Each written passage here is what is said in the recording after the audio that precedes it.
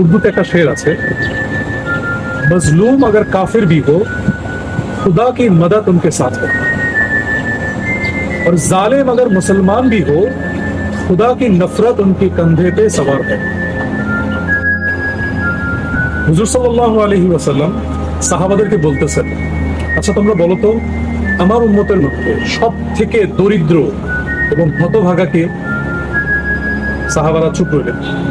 আল্লাহ রসুল নিজেই বলতেছেন, আমার উম্মতের মধ্যে সব থেকে হত দরিদ্র, অভাগা, ফকির কাল হাসরের ময়দানে ওই সমস্ত লোকেরা হবে যাদের নেক আমল পাহাড় পরিমাণ হবে, এর পরেও তারা খালি হাতে উঠবে।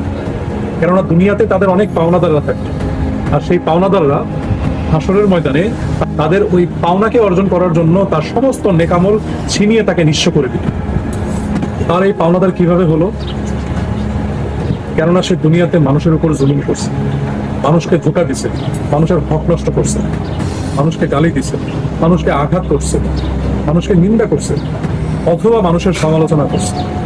আর এই সবগুলোই হচ্ছে জুলুমের অন্তর্ভুক্ত।